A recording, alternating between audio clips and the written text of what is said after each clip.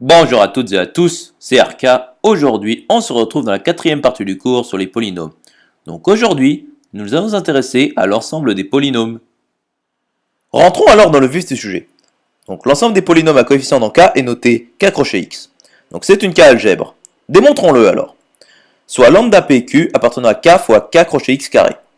Donc lambda P plus Q de X est égal à lambda P de X plus Q de X. Posons P de X qui est égal à somme pour K allant de 0 jusqu'à D de AK X puissance K et Q de X qui est égal à somme pour K allant de 0 jusqu'à N BK X puissance K. Posons également M qui est égal à max de Dn. Tous les coefficients à degré strictement supérieur au degré du polynôme seront nuls. Poursuivons alors la démonstration.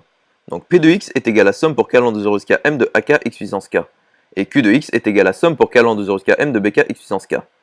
Donc lambda P de x plus Q de x est égal à lambda fois somme pour k allant de 0 jusqu'à m de ak x puissance k plus somme pour k allant de 0 jusqu'à m de bk x puissance k. Ce qui est égal, par linéarité de la somme, à somme pour k allant de 0 jusqu'à m de lambda ak x puissance k plus somme pour k allant de 0 jusqu'à m de bk x puissance k.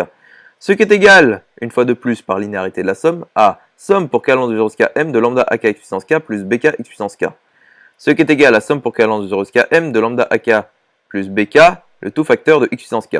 Ce qui appartient bien à k crochet x. Et 1 appartient bien à k crochet x. Donc il y a un neutre multiplicatif. Et pq de x est égal à p de x q de x, ce qui est égal à somme pour k allant de 0 jusqu'à d de somme pour j allant de 0 jusqu'à n de ak bj x puissance k plus j. Ce qui est égal à somme pour i allant de 0 jusqu'à d plus n de la somme qui prend comme paramètre k plus j égale à i de ak bj x puissance k plus j, ce qui appartient bien à k crochet x. Donc k crochet x est bien une K-algèbre. Voyons alors les sous-espaces de k crochet x de dimension finie. Donc notons k indice n crochet x, l'ensemble des p appartenant à k de x tel que degré de p est inférieur ou égal à n, avec n appartenant à grand N. Ce qui est égal à vect des x puissance i pour i appartenant à 0n. Et attention, k indice n crochet x est seulement un sous-espace vectoriel de k crochet x et non une sous-algèbre, car non-stabilité parfois. Donc, voici le contre-exemple. X puissance n fois x puissance n est égal à x puissance 2n, ce qui n'appartient pas à k indice n crochet x. Mais x puissance n appartient bien à k indice n crochet x. Cette démonstration par l'absurde nous montre que l'unique sous-algèbre de k crochet x est lui-même.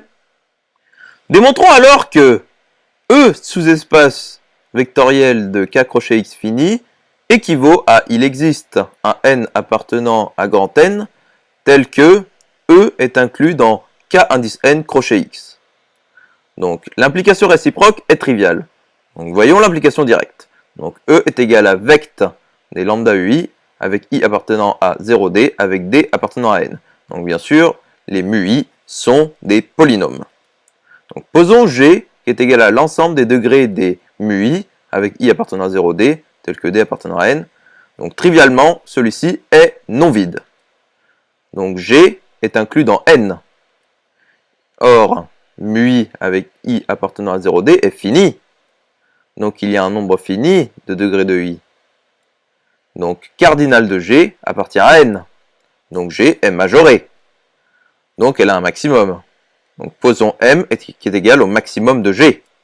Montrons que E est inclus dans K indice M crochet X. Donc pour tout I de 0D, degré de mu I est inférieur ou égal à M. Donc trivialement, mu I appartient à K indice M crochet X. Et donc E est inclus dans K indice M crochet X. J'espère que cette vidéo vous aura plu et vous sera utile.